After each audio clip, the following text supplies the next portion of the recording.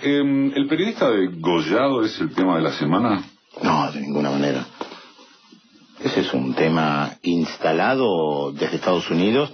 Yo no estoy a favor del degüello de ningún periodista, de ninguna persona, obviamente, pero es otra muestra de cómo te instalan un tema y casi como justificativo para atacar Irak. Hay miles de personas que han muerto a raíz de los bombardeos de Estados Unidos en Irak, e Israel la semana pasada lanzó un misil en la Franja de Gaza para matar a un dirigente de Hamas y mató a la mujer y al hijo. ¿Qué diferencia hay entre un degollado y matar a alguien con un misil? Vos dirás, es mucho más terrible, más bruto, y es la imagen, es la construcción de la imagen, sin lugar a dudas. Para mí no hay mucha diferencia, te reitero, más allá de la exhibición de lo mediático que puede ser, o como símbolo de barbarie, que es menos bárbaro mandar un misil y matar a alguien y saber que ahí vas a matar a la mujer y al hijo. Pero te cuento algo más. Esto yo no sé si lo conté alguna vez en Marca de Radio. Una de las grandes fiestas de los estadounidenses tiene que ver con el Día de Acción de Gracias. Ajá. El Día de Acción de Gracias tiene que ver con la colonización de los Estados Unidos en el 1600 y se conmemora parte de la historia tiene que ver con el barco ese Mayflower que se ve en las películas, que estás en las afueras de Boston en un pequeño pueblito que se llama Plymouth. Ahí los colonos mataron y le cortaron la cabeza a un dirigente indio de nombre Metacomet. Agarraron la cabeza, la pusieron en un palo y la tuvieron en exhibición pública durante bastante tiempo. Mandaron las manos que le cortaron a Metacomet a diferentes puntos. No recuerdo si una fue la verdad no recuerdo a dónde, pero mandaron las manos a diferentes lugares y al hijo lo mandaron como esclavo al Caribe. Esa es la historia del Día de Acción de Gracias, que ¿se acuerdan cuando se lo veía a Bush con el pollito ese que llevó? Sí, el pavo. El pavo, no el pollo, el pavo, durante la invasión a Irak. Entonces, bueno, uno tiene que decir estas cosas porque tienen que ver con la hipocresía de la política, está claro. O se están justificando ahora que invaden Irak o donde sea porque están persiguiendo a los cristianos, cuando esto se sabía hace tiempo, y ahora sí se le da una gran difusión a esto, pero por el otro lado, y el presidente Barack Obama dice hay que intervenir porque hay un genocidio, y cuando bombardearon masivamente hace un mes y medio la Franja de Gaza, lo apoyó. Y mataron más de 500 chicos. Hay que recordarlo, la ofensiva militar israelí tuvo como resultado más de 2.000 palestinos muertos, la inmensa mayoría civiles, y más de 500 chicos.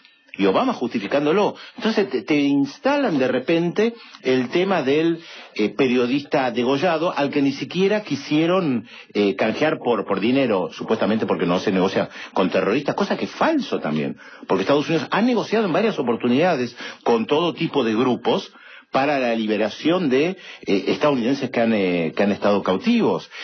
Habría que preguntarse por qué ahora están planteando esto de que no quieren negociar. Reitero, que quede bien claro por si algún tonto, como diría Eduardo Alberti, nos está escuchando y mal interpreta. Yo no estoy a favor que le corten la cabeza a nadie, está claro, ni civil, ni militar, toda persona merece un juicio. Ahora, no es lo que hace Estados Unidos cuando bombardea masivamente Yemen, Irak, Afganistán, y no es lo que hizo con Bin Laden, porque a Bin Laden lo tenían que haber en todo caso capturado y llevado a un juicio a un lugar. Entonces, creo que no tienen autoridad moral para plantear esto. Una diferencia. Pedro Briguer. Marca de Radio.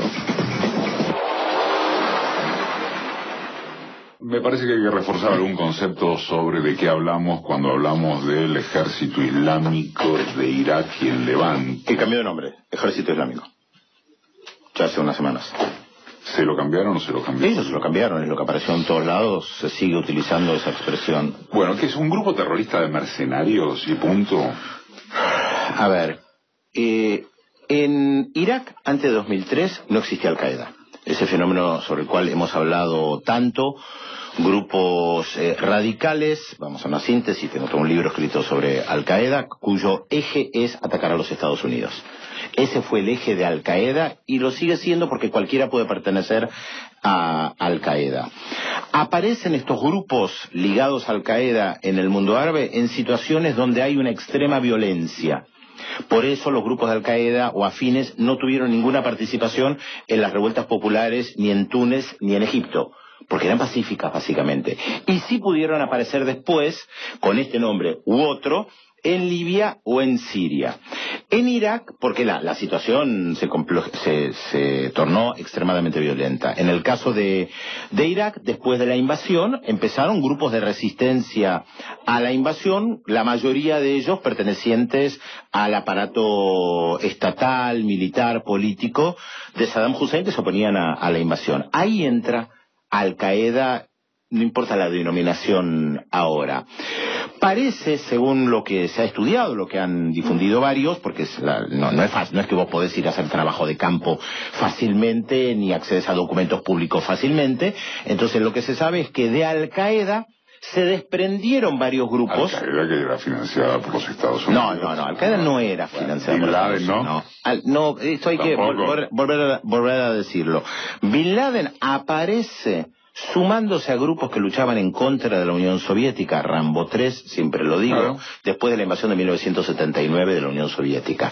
Esos grupos sí son apoyados por Estados Unidos, pero no el desprendimiento de Al-Qaeda. Eso todavía no era exactamente Al-Qaeda, que ellos contribuyeron. En realidad la semántica de lo que quería señalar es que finalmente, aún incluso en el caso del grupo que ahora se llama solamente Estado Islámico, siempre hay un origen por el cual la penetración y la financiación de los Estados Unidos deriva en este tipo de...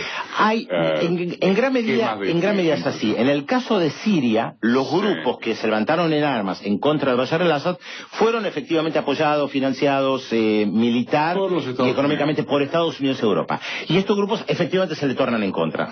En ese sentido similar a Afganistán. ¿Qué quieren exactamente? Un Estado independiente que incluya parte de Siria y parte de Irak, utilizando métodos radicales en su lucha que tienen un gran efecto mediático, por eso hablábamos de decapitaciones.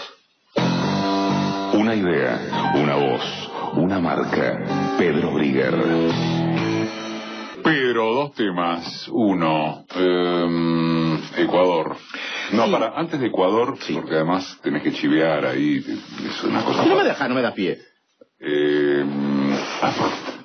Samper, liberal colombiano, es el nuevo secretario general de la UNASUR. Electo ayer formalmente, decisión número 1/2014 en Paramaribo, en Surinam. Efectivamente fue electo por un periodo de 2 años el expresidente de Colombia, Ernesto Samper. Me parece importante, porque después de Néstor Kirchner, el problema que tuvo UNASUR es que tuvo María Emma Mejía, ex canciller colombiana, estuvo Ali Rodríguez, el venezolano, que tiene 77 años, con problemas de salud, y no tenían la estatura política, no habla mal de ellos, la estatura política de ser una figura de expresidente. Se hablaba de Bachelet, se hablaba de Lula, ninguno de los dos quiso por diversos motivos. Igual que vengamos, Pedro, que saltar de Kirchner a un liberal. Las alternativas eran peores. A esto era falta una puja política. Es un hombre optimista. Las alternativas eran peores de tener a algún peruano o a alguien más alineados con las posturas de la derecha en América del Sur. Samper quedó como lo menos malo que podía pasar. Yo diría que sí, creo que va a tratar de mantener un equilibrio. Ha elogiado mucho a Rafael Correa en estos últimos días. Estuvo en Quito la semana pasada para ver cómo está avanzando el edificio de UNASUR, que va a quedar una pinturita ahí, en la mitad del mundo. Estuve antes de ayer. Estuvimos cuando hicimos el programa. Va a quedar... El año pasado o el otro, no me acuerdo. Yo creo que va a quedar una pinturita. Y a propósito, Ecuador, estuve con los funcionarios de un proyecto que para el presidente Rafael Correa es un proyecto clave. Yachay, que significa conocimiento en quichua. La ciudad del conocimiento. Están construyendo desde cero una ciudad nueva, una ciudad planificada. Cuando la palabra planificación es mala palabra, lo que me dijeron algunos de estos funcionarios es que quieren hacer una especie de Silicon Valley de alta tecnología en el Ecuador, aunque parezca increíble. Yo no sé si lo lograrán o no, pero me parece que es una apuesta fuerte. Les recuerdo, se llama Yachay. Por supuesto que en Nodal han salido artículos respecto del proyecto de Yachay en más de una oportunidad. Y ya que llegó Carlos Heller, aprovecho para comentarle que hoy en Visión 7 Internacional vamos a tener un informe sobre Ferguson. Lo que está haciendo es esperar algún regalo de esos que no trajiste. Nunca me pidió nada de Ecuador. No se piden los regalos. ¿A vos te parece, Heller, que se piden los regalos? Ay, por favor. ¿Qué querés que diga? Sí. Está bien, es inimputable, tenés razón.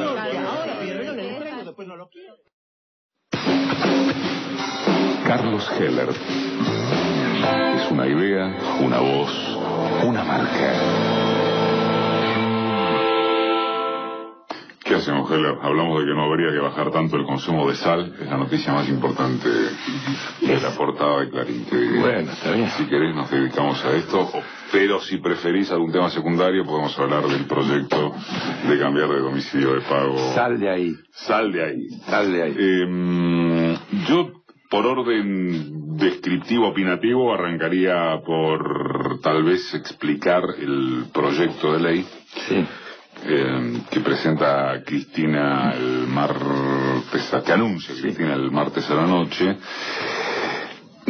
y del que creo que técnicamente se ha hablado poco, porque solo se trató de decir que no servirá para absolutamente nada. Claro. Bueno, a ver, primero vamos a seguir la metodología que vos proponés, que es tratar de explicar.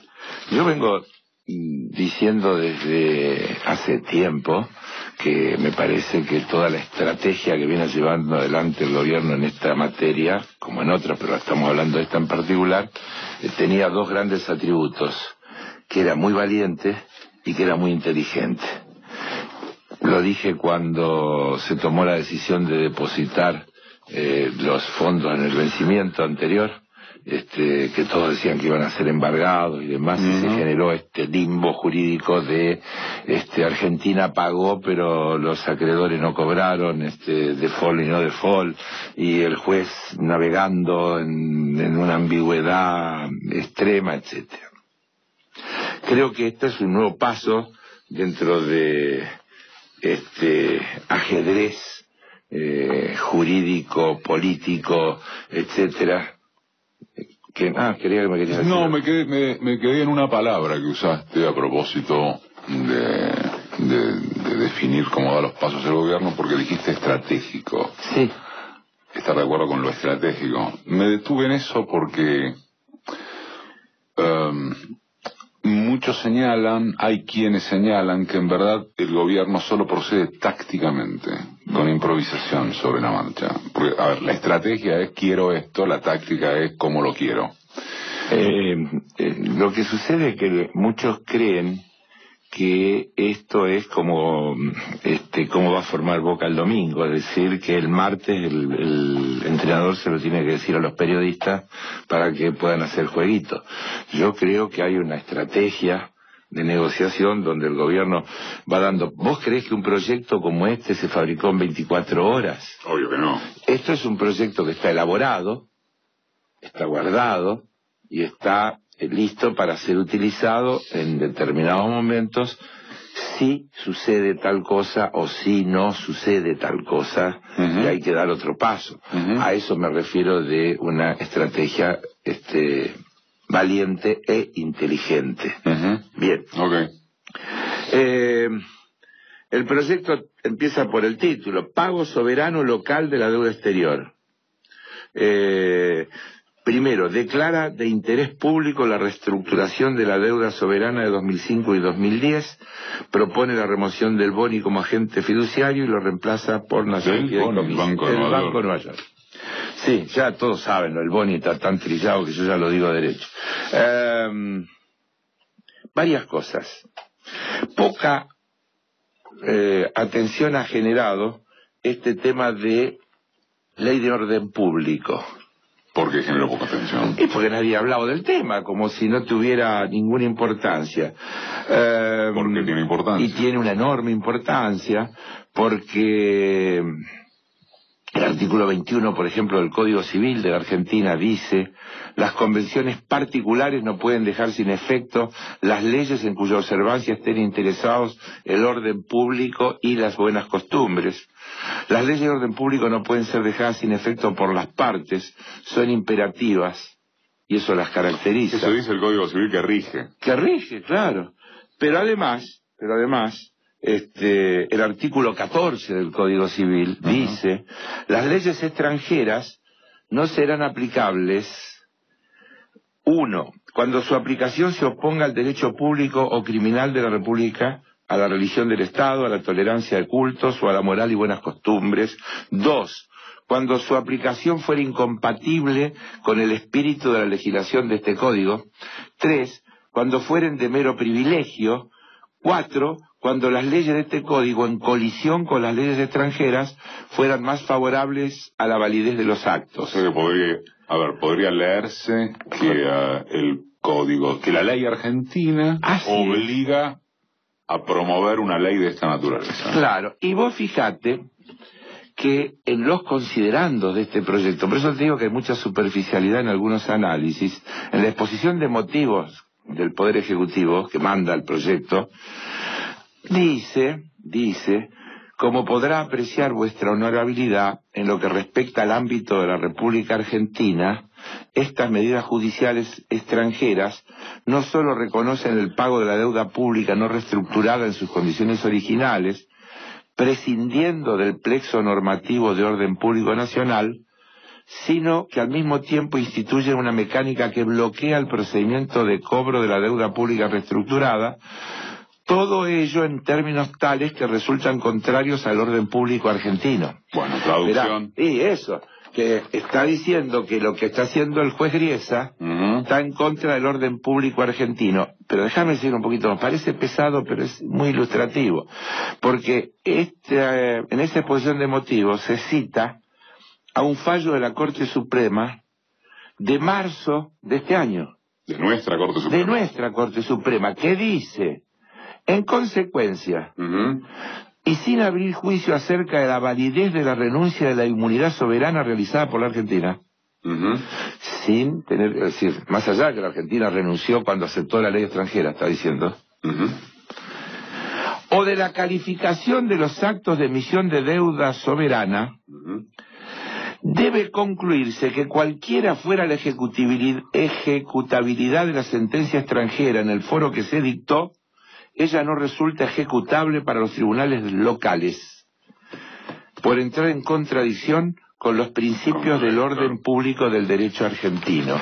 Entonces yo creo que hay una inteligentísima acción de decir, ponemos esto en esta jurisdicción, abrimos la posibilidad voluntaria de que quien quiere acogerse a la ley argentina puede hacerlo, y quien lo haga está protegido de las decisiones de este juez de colonias municipal que falla permanentemente en función de los buitres y en contra de la Argentina. Ahora bien, después contame, más allá de la fortaleza que tiene en su letra y en su espíritu lo que propone Cristina, después contame cuál pueden llegar a ser los efectos prácticos que puede llegar a tener.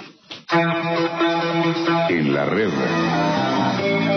la marca de Carlos Heller. Dios o quien fuere no lo permita, pero imagínate que en este momento pretendo ser una suma de melconianes, experts, brodas, bueno, hay tantos más. Y te digo, mire Heller, todo muy bonito, la letra, el espíritu, lo que quiera, pero me quiere decir cuál es el sentido de esperar que vaya a haber una buena repercusión en el exterior de una presidenta que les dice, vengan a cobrar acá que no hay problema. No tiene ningún... ¿Vos querés que te conteste en serio o te conteste como lo decís vos? Como vos, el que no... ¿Querés hacer en joda y en serio también estás habilitado? Mira, no...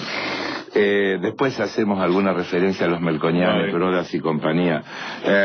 Yo te diría un montón de cosas al respecto. Perdón, y sus voceros mediáticos. Lógico, yo te diría un montón de cosas.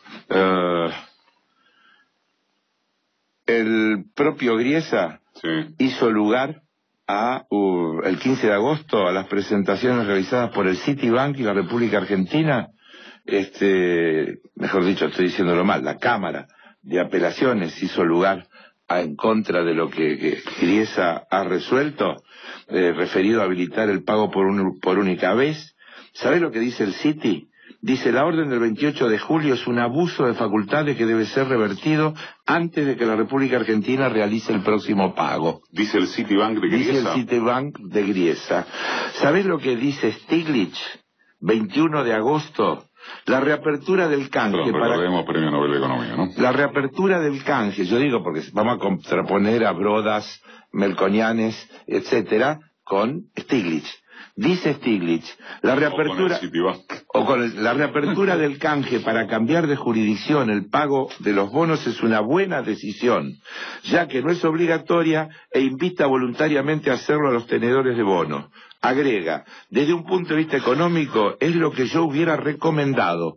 Si tengo un activo y lo quiero cambiar voluntariamente por otro, no veo la razón de por qué no. Es la base de la economía. Desde una perspectiva global, no es posible entender por qué un juez llega a tener el derecho de juzgar acerca de cualquier bono en el mundo. La extraterritorialidad debería ser inaceptable, dice Stiglitz, que empieza a hablar del Griesas-Fall, es decir, traducido culpa de Griesa, de toda una definición. Entonces, desde luego que los chupamedias de las relaciones carnales, que creen que el mundo es Estados Unidos y que cuando hablan de que Argentina está excluida del mundo se refieren a las relaciones con Estados Unidos, no se bancan siquiera intelectualmente que la Argentina vaya a La Haya y haga una presentación ante los tribunales de La Haya diciendo, señores de Estados Unidos, háganse cargo de las decisiones de su juez que van en contra de la Constitución de Estados Unidos, utilicen la facultad que tiene el Poder Ejecutivo para intervenir sobre el Poder Judicial cuando una decisión judicial afecta a las relaciones internacionales. No se lo bancan.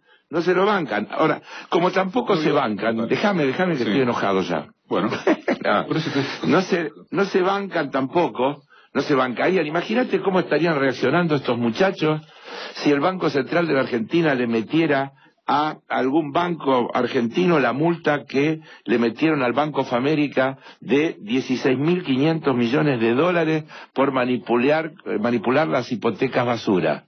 Que por otro lado te quiero decir que no es un dato aislado, porque ya le habían metido una multa de 13.000 millones al JP Morgan y otra de 7.000 millones al Citigroup. ¿Cómo reaccionarían los defensores de la intangibilidad de la rentabilidad empresaria, los que se oponen por inconstitucional a todo avance del Estado de querer regular las rentabilidades o de las ganancias excesivas, si supieran, por ejemplo, que la Unión Europea ha multado a innumerables empresas de Europa por excesivos márgenes de rentabilidad? Cosas por el estilo. Entonces, todo, si lo analizás con la lógica de los que tienen el cerebro estructurado en función de la dependencia y asumen la dependencia como un hecho lógico, irreversible, natural y resultante de la relación de fuerza existente, esta ley tiene ese sentido que vos dijiste. De lo contrario, sigue siendo una medida inteligente y valiente.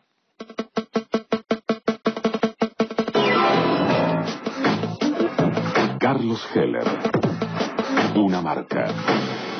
Pero quiero aclararle rápidamente a Pablo Davidovich que ya hemos hablado y creo que largo sobre la violencia y el desalojo que está habiendo en Villalbano, y nos hemos extendido en consideraciones al respecto, así como sobre el secretario Berni. Cerramos con Carlos, ahora sí, en el orden en que habíamos propuesto, las reacciones del arco político frente a lo que propuso la presidenta.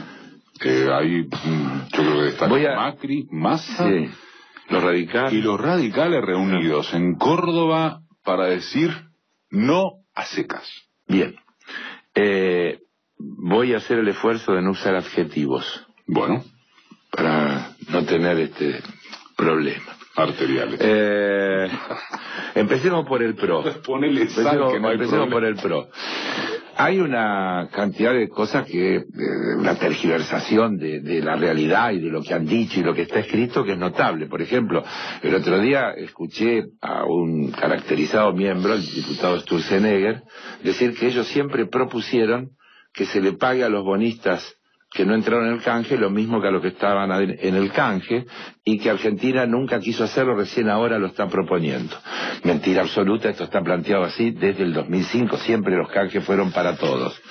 Segunda mentira, o segundo juicio de valor inaceptable, comparar el arreglo con el Club de París con ¿por qué no arreglar con los fondos buitre? El Club de París es, nos guste o no nos guste, una asociación de estados.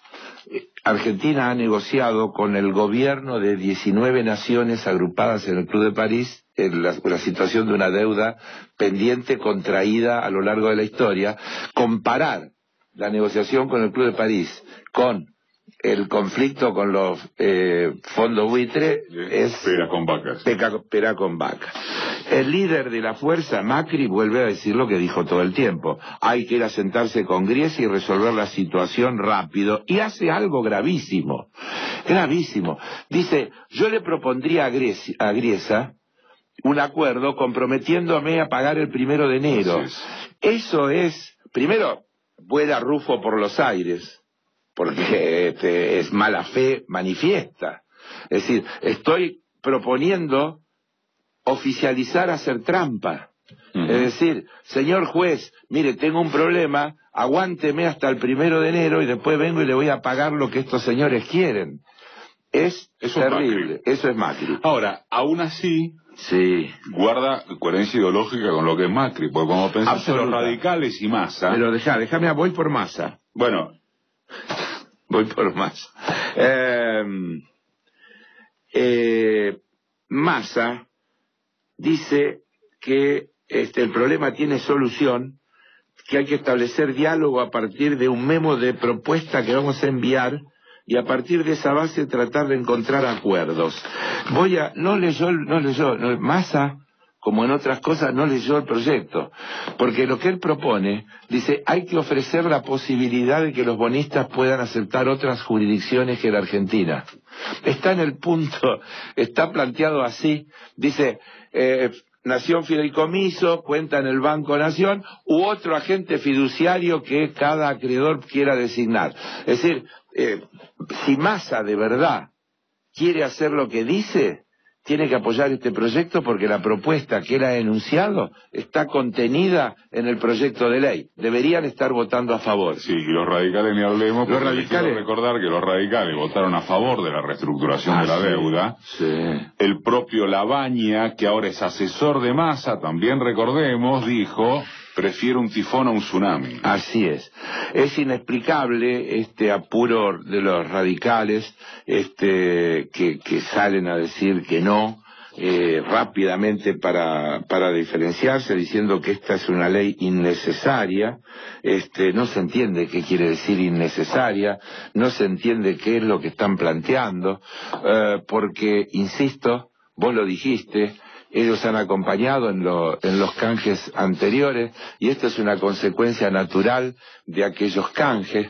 Y voy a decir una cosa y termino con esto. Intentan decir que esto es producto de la tosudez del gobierno, esta cosa de que Cristina es caprichosa y dura, que Kicillof es inexperto y no sé cuántas cosas más. Mira, la Argentina arregló con el 93% de sus acreedores en default. Si vos del 100 arreglaste con el 93, voluntad de negociación parece que tenías. Argentina arregló con Repsol una cosa que decían que le habíamos manoteado a la empresa y qué sé yo cuánto, llegó a un acuerdo por 1/3 de la pretensión de Repsol de indemnización. Argentina logró un acuerdo con el Club de París y normalizó un montón de juicios del CIAD y demás que eran fallos pendientes, etcétera. Es decir, la voluntad de negociación que este gobierno ha demostrado es notable. Acá, estos señores que están litigando con la Argentina no quieren negociar, quieren cobrar el 100% del valor nominal de las deudas que cobraron por 10 centavos. Yo leí la semana pasada, muchachos, escuchen a Clinton. Clinton en el 2005 dijo: ahora van por la Argentina, compran por 10 centavos y quieren cobrar $1. Es una acción de buitres, dicho por el expresidente de Estados Unidos en el 2005. Sean un poco más argentinos que Clinton. Paso Heller.